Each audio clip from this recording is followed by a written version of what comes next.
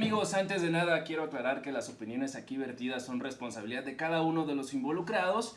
Como ustedes saben, estamos aquí en el programa El Estado del Estado, donde pretendemos hablar de los temas de la agenda pública, que hoy sí vamos a hablar de una agenda tal cual, pues en un lenguaje más fresco dentro de este calor. Como siempre me acompañan un par de politólogos, ustedes ya los conocen, pero de todas maneras se los introduzco. Jonathan Bretón. Hola, ¿qué tal?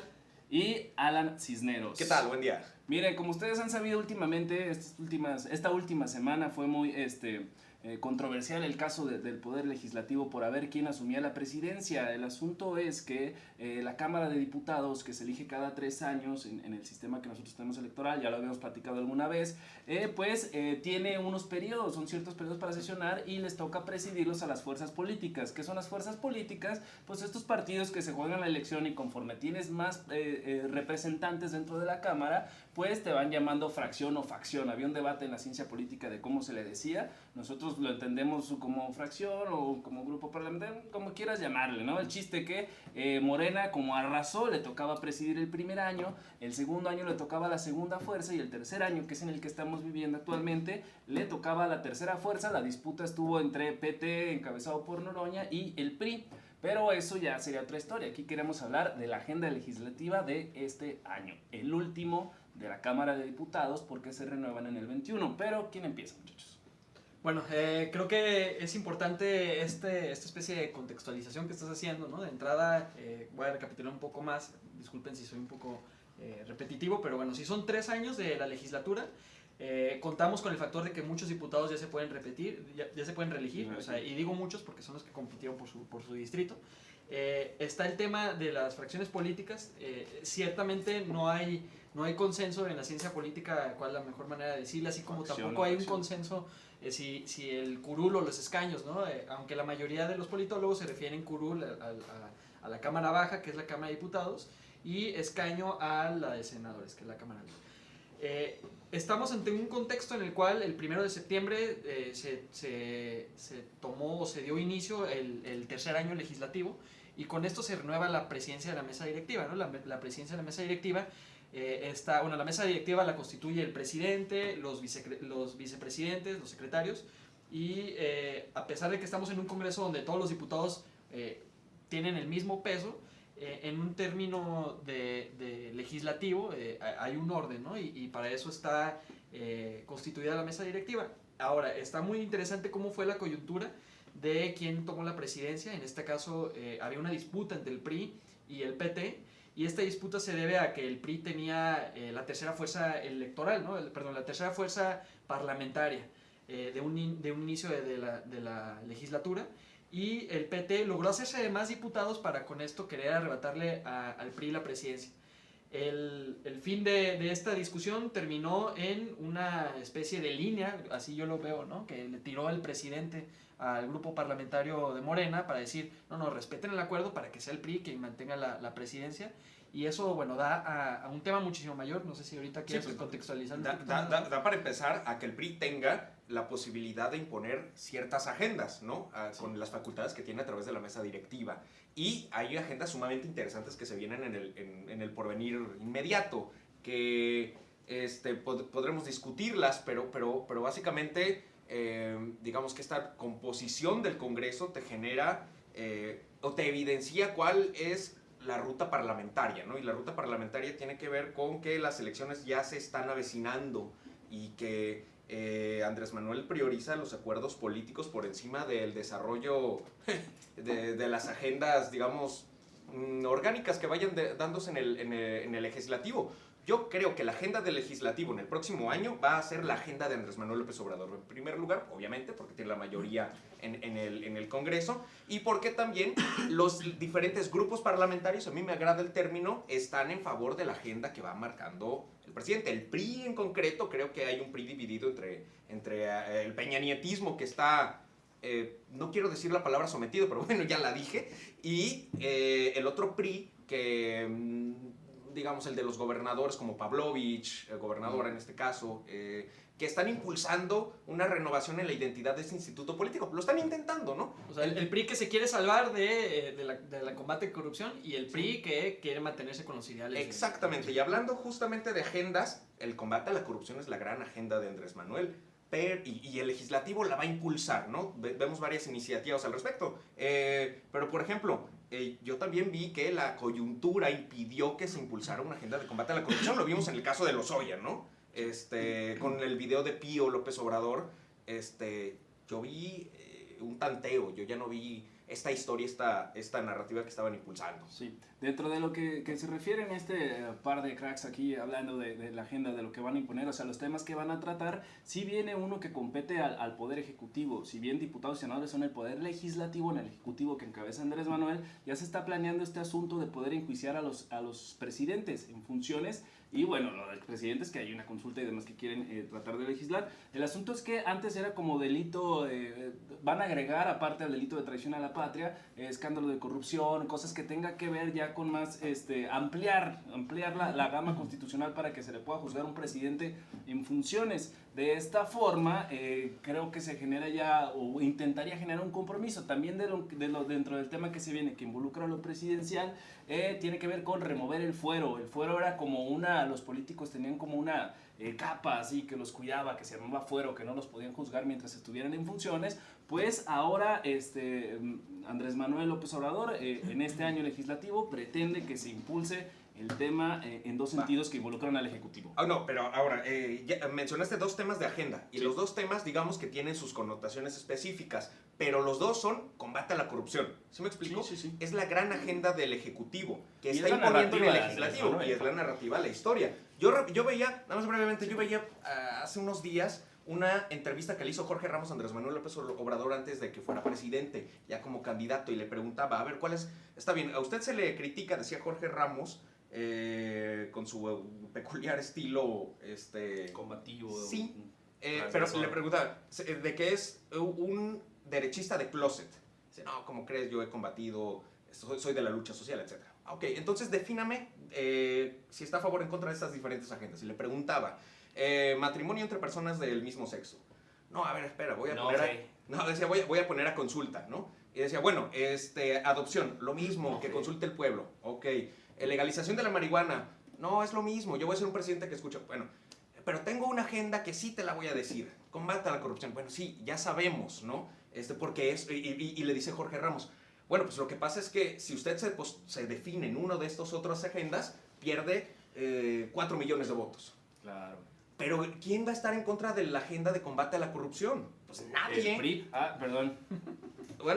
Bueno, a mí me gustaría contextualizar una cosa. Desde hace unos años, en México ya existe una figura que se llama la iniciativa preferente, que es cuando inicia justamente el 1 de septiembre, inicia el nuevo año legislativo, el presidente puede mandar hasta 2 iniciativas en las cuales el legislativo tiene que legislar lo antes posible en un periodo de cerca de un mes, ¿no? ¿Qué es lo que ocurrió? El presidente no envía iniciativa preferente en este último año parlamentario. ¿Qué ocurre? Ahí están esas agendas que creo que las defines muy bien. La mayoría, como se ha tratado en esta mesa, tiene que ver con el combate a la corrupción. Pero yo lo que noto está el tema de la agenda del juicio a los presidentes, que hay que contextualizar. México vivimos en una democracia que es un presidencialismo y país federalista al mismo tiempo. Y una característica de los países presidenciales es que no suele tener como una característica propia el poder destituir al presidente. Por eso en América Latina muchos países presidencialistas logran cambiar al presidente a partir de un golpe de Estado, ¿no? Es una de las modificaciones que ha tenido el presidencialismo a lo largo de los últimos años en las más recientes democracias. Para modificarlo incorporaron este elemento parlamentarista que es el poder enjuiciar a los presidentes. Algunos países tienen como sus características de cómo hacerlo y cómo no. Entonces, en México se está discutiendo o se va a discutir en este nuevo periodo legislativo la iniciativa para que el presidente pueda ser enjuiciado ya estando en funciones, ¿no? El otro tema que creo que da para una ronda muchísimo más amplia, porque es una discusión demasiado profunda y que creo que es pertinente tocarla aquí, es el juicio a los expresidentes, que se quiere hacer a través de una especie de consulta popular, donde el presidente ya dijo, a ver, si no la propone el Senado o no la propone la Cámara de Diputados, la voy a proponer yo, ¿no? En donde la gente, el día de la elección, tendría que votar si está a favor o está en contra de que se enjuicien a los 5 expresidentes de la época neoliberal, como le llama López Obrador. Ya para cerrar como esta intervención, retomar el punto de lo que comentabas, Matthew. Me parece interesante que en México como tal, ya lo hemos dicho en otras ocasiones, no existe una izquierda o una derecha claramente definida, ¿no? O sea, el presidente de repente tiene muchas cosas que parecen de derecha, pero al mismo tiempo no hay una agenda ni del partido del presidente ni de un otro partido que enarbole causas que son propias de los partidos de izquierda, ¿no? Está también el tema de la legalización de la marihuana, que es un tema nato de la misma agenda de izquierda. Justamente déjame adentrarme en ese tema del tema controversial, como tú dices, con Jorge Ramos, que no se ha querido comprometer, pero justamente eso es lo que me interesa preguntarles, a partir de lo que ya hablamos, que es la iniciativa preferente que va a meter el presidente sobre su tema, pero ¿qué más ustedes creen que viene en este año legislativo? ¿Qué vamos a ver? Porque también es un año donde van a vetar, o sea, lo vemos y la academia lo dice, los partidos de oposición no van a apoyar si no les conviene en lo electoral, entonces van a moverlo de una forma. ¿Por qué? Porque quieren acumular electorado, ¿no? Entonces va a estar medio interesante ahí cómo se va a conformar todo, porque de todas maneras Morena no deja de perder la mayoría. Es la oportunidad también para dejar ir todo el carro. Pero ustedes, ¿qué creen que se viene? ¿Qué tema? Bretón lo acaba de posicionar. Viene el tema de la legalización de la marihuana, que es un tema que se viene dando de mucho tiempo, que la verdad ahí sí estamos como en la época medieval en México, donde todavía hay un estigma alrededor de eso, ¿no? Pero cada vez menos.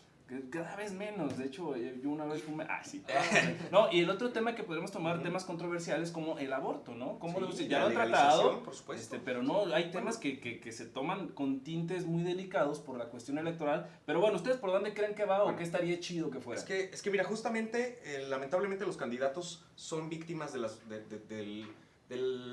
¿cómo decirlo? Sí, del propio sistema que impide que puedan posicionar agendas si no tienen el respaldo de las mercancías electorales. Llamadas mercancías, no porque a lo mejor y tú puedes proponer una ley de despenalización del aborto que tiene una función o que tiene un sentido de priorizar los derechos humanos, que tendría que estar por encima de si lo pones a discusión o no, pues en un debate democrático, sí, pero vaya, los derechos no están puestos a discusión. Claro. Pero los propios diputados miden qué tanto les va a costar como capital político. Entonces yo diría, ¿cómo es que se vienen a dar o cómo es que se van a posicionar las agendas en el Congreso, en el Parlamento? Yo creo que es a través de los cambios y de las revoluciones culturales. A medida de que haya una presión cultural sobre las diferentes agendas, es que los políticos calculan y posicionan los temas que creen que ahora sí conviene. El tema de la legalización de la marihuana me parece un ejemplo claro. Cómo cada vez más está siendo más discutido, más impulsado este tema como benéfico, ¿no? Tanto para combatir la delincuencia organizada, tanto como para que sea un primer paso para una política integral de salud, ¿no? Tanto para diferentes otras cosas, ¿no? Entonces, en la medida en la que la cultura, la sociedad va impulsando, va creyendo, va quitándose estigmas sobre ciertos temas, es conforme los diputados lo hacen. El tema del Senado de Argentina, por ejemplo, es claro, ¿no? Sí. Desencadenó un efecto dominó mediante el cual cada vez más gobiernos locales, cada vez más países, constituciones están a favor de la legalización del aborto. Entonces, digamos, sí, lamentablemente a veces los políticos son esa especie de puerta de resistencia o también permisores de agendas culturales. Entonces yo diría, conforme se vayan posicionando temas que tengan la legitimidad social, es conforme los políticos los van a agarrar. El combate a la corrupción, nada más finalizo, ese ya está. Bueno, la agenda, no en sí una política pública de combate a la corrupción, pero sí la agenda de discusión de cómo le podemos ir haciendo. Entonces, eso ya está, pero los otros temas están muy trabados y se viene año electoral. Entonces, tú me dices de estos temas y yo digo, sí están, pero no creo que vayan a tener un tránsito a favor o en contra. Okay. Bueno, yo creo que sí tiene que ver eso, que es como una cuestión mercantilista, ¿no? Vamos viendo hacia dónde va el votante y a partir de ahí es como se mueven los legislativos, pero también hay otro factor muy importante que es la disciplina partidaria. Claro. Un legislador como tal no tiene la capacidad de decir, pues yo voy a votar porque tengo esta agenda, ¿no? Se tiene que someter también a los poderes de facto que hay dentro del mismo Congreso. La pregunta que tú haces, mi sazón, respecto a por dónde puede ir este año legislativo, yo creo que primeramente va a estar el tema del juicio al presidente. Creo que es como la primera gran iniciativa que se va a votar. Y luego lo que va a continuar como en orden de importancia es el tema de la consulta para el juicio de los expresidentes.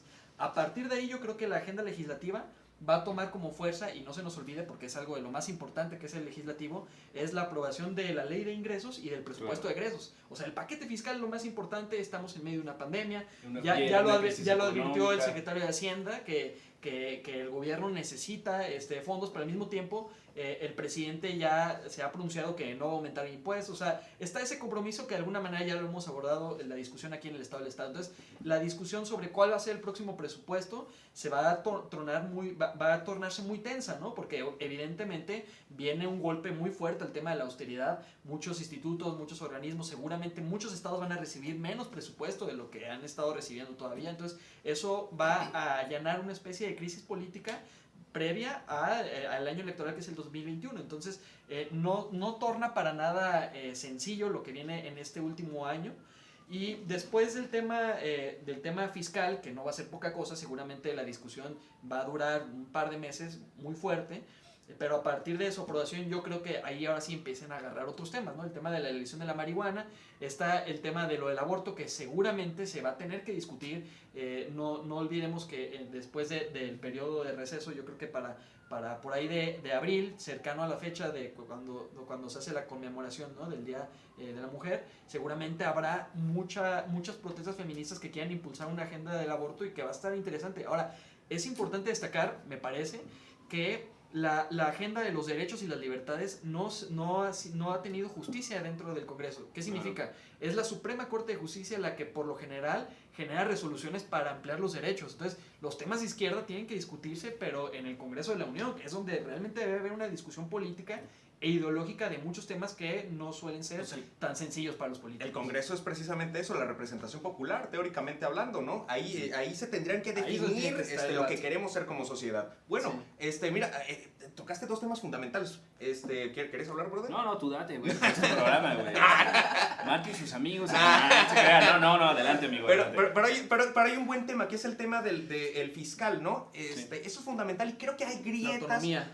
No, pero es que hay una gran oportunidad para que existan avances en temas de por ejemplo, impuestos progresivos, que es algo que se ha impulsado. Es decir, yo no entiendo por qué Morena o por qué el presidente en este caso no ha impulsado tanto ese tema, porque él está con una agenda también de primero los pobres, de combate a las desigualdades, y hay una gran oportunidad para reformar, para tener impuestos progresivos, que esto significa que paguen más quienes más tienen, ¿no? Proporcionalmente hablando. Entonces, esa es una, y otra que puede ser la renta básica universal, o le llaman el ingreso mínimo vital, o le puedes llamar como tú quieras, pero que exista un recurso base que capten todas las familias mexicanas. Ahora, decía Germán Martínez, que es uno de los moderados del gabinete, bueno, ya no está en el gabinete, puedes ver, de Morena, pero senador, ¿no? de Morena, y decía, los privilegiados no tendrían que estar moralmente derrotados, tendrían que estar, decía, tributariamente derrotados. Es decir, hay que incluirlos en esta situación de mejora del país, pero no te tienes que burlar de los empresarios que no te apoyaron en la pasada elección. O sea, no se trata de eso, se trata precisamente, bueno, está bien, mucho tiempo hubo un despojo, Fobaproa, lo que tú quieras. Bueno, pues ahora nada más paga más, ¿no? Pero ahí tenemos el tema de Salinas Pliego, de los grandes transnacionales, en fin, ¿no? Entonces yo creo que son dos agendas muy importantes. Combate a la desigualdad a través de una reforma fiscal. Oigan, pues esto se está tornando por demás interesante, pero pues desgraciadamente el tiempo apremia, ¿no? En este caso, yo ya no podría decir, está muy interesante lo que dice, no podría abonar un poco más porque nos meteríamos ya al tema de cómo se está manejando interno. Creo que nos va a dar pie lo que vamos a ver en este próximo trabajo legislativo. Desde mi perspectiva van a ser, por una parte, iniciativas sensacionalistas que tratan de cooptar voto, y por otra parte, una manera de poder asegurar lo que ya se tiene. Ya lo veremos, porque sí va pegado necesariamente el sistema electoral, porque después con eso van a asegurar su representación en la próxima elección. Pero bueno, a manera de cierre, ¿qué me dices, Jonathan Bretón? ¿Qué podemos esperar? Lo que tú quieras, dime. Creo que a modo de discusión valdría la pena incluso comprometernos para en otro espacio que sí quedamos a deber un poco un tema muy importante, que es el tema de la consulta, porque tiene matices de una cantidad increíble, ¿no? Podemos ver desde el tema electoral, podemos ver desde el tema legal y podemos ver hasta como las perspectivas que pudiera generar una resolución la Suprema Corte al respecto, ¿no? El tema de la consulta a los expresidentes que así a bote pronto parece pues una gran estrategia que tiene López Obrador, de repente se le ocurren así ideas y creo que es una estrategia para generar votos, ¿no? Pero a modo de cierre, a modo de cierre creo que se viene un año muy complicado, digo, siempre los últimos años, en este caso es el último año legislativo, estaríamos viendo a muchos diputados que obviamente van a hacer el intento por reelegirse, vamos a ver muchos diputados que seguramente van a aspirar a puestos no solamente de gubernaturas o de alcaldías, sino también puestos dentro del gabinete. Habrá que considerar que va a haber miembros del gabinete que van a renunciar para irse a contender a algún cargo de elección popular y entonces van a quedar vacíos. Seguramente va a haber movimientos que van a ser muy interesantes, pero lo que sería muy importante saber es cuál es la agenda que van a aterrizar en un futuro inmediato, ¿no? ¿Cómo podría estar este tema? Y yo creo que es por demás importante el tema de la propuesta para poder enjuiciar al presidente en funciones, pero también hay otras cosas que no las hemos discutido, como está el tema, una reforma al Supremo, a la Corte Suprema de Justicia, la Suprema Corte de Justicia, que también ya se anunció. El tema Gertz Manero ha anunciado que viene una reforma integral para el tema de la fiscalía. Entonces, sí, son temas sumamente amplios que podrían darnos pues para una discusión mayor. Digo, ya para concluir, creo que hay que estar al pendiente de la agenda legislativa. No quisiera priorizar que hay un año más importante que otro, pero me parece que este tercer año legislativo se va a venir muy candente en términos políticos, en términos electorales, pero también en términos legislativos más en concreto. Sí, conclusión muy breve. Yo creo que la agenda del presidente es la agenda del legislativo. Yo creo que pocos políticos como Andrés Manuel López Obrador, para diagnosticar bien qué es lo que está pasando en el país en términos de los problemas, ¿no? Tuvo un muy buen diagnóstico y por eso llegó a la presidencia con 52% de votos. Entonces, identificó muy bien qué es el combate a la corrupción, lo que duele, y por eso están estas agendas. Yo no estoy tan a favor de algunas propuestas, ¿no? Me parece más un show mediático. Por ejemplo, lo de juicio a los expresidentes, pues los puedes meter solo utilizando los instrumentos que tienes, evidencia de corrupción, y los metes a la cárcel. No necesitas consultar al pueblo. Pero está bien, me parece bien la agenda de combate a la corrupción, esa va a estar. Otro me parece que tiene que estar y hay posibilidades de que estén en la palestra. El tema tributario, hacendario, necesitamos combatir la desigualdad a través de la redistribución de la riqueza y solo se puede hacer a través de una integral reforma hacendaria o fiscal, ¿no? Y finalmente, pues el tema que creo que sí va a tardar, va a caer este muro de resistencia, pero el tema de los derechos y de agendas progresistas que ya mencionamos en este programa, yo creo que eventualmente, no sé si en este año, no sé si en el siguiente, pero se van a dar. Sí, bueno, pues aquí el hecho es que yo lo que resalto interesante de este tercer año es que aún tiene la mayoría Morena. Viene una elección intermedia. Lo que dice la ciencia política es que siempre en elecciones intermedias tiende a perder. O sea, en el 94 perdió la mayoría el PRI, bueno, en el 97 se quedó sin la mayoría. Entonces, si el presidente quiere meter sus mejores propuestas, es el momento para poder seguir contando con la mayoría calificada, o sea, la mayoría más mayoritaria, porque en el próximo se le puede caer y entonces se le pueden complicar las cosas. Pero bueno, ya estaremos viendo cómo se soluciona. Antes de retirarnos, quiero agradecerle por sus comentarios a todos los que nos han hablado, los que nos han dicho que está chido el programa. Abrimos la invitación a quien quiera venir, abrimos la invitación a que nos digan de qué quieren que hablemos, si tienen un tema específico, ahí estamos, ¿no? Los invitamos a que nos sigan en las redes sociales como El Estado del Estado. Ahí publicamos columnas, próximamente van a ver videocolumnas. Y Bretón, ¿qué más podemos agregar? Pueden invitarlos a que sigan nuestro programa de podcast que se llama El Estado en tus Oídos. Lo pueden encontrar en Apple Podcasts, en Google Podcasts, en Spotify, en YouTube también. ¿Y dónde nos pueden ver, Matthew? Sí, El Estado del Estado en Facebook, Twitter, YouTube y ya tenemos Instagram, ¿verdad? Muy bien, agradecemos a todos los que nos ven, agradecemos al Colegio de Politólogos por su apoyo. Por ahí vamos a traer más invitados próximamente para hablar de temas que tienen que ver con la agenda pública. Muchas gracias y hasta pronto. Bye.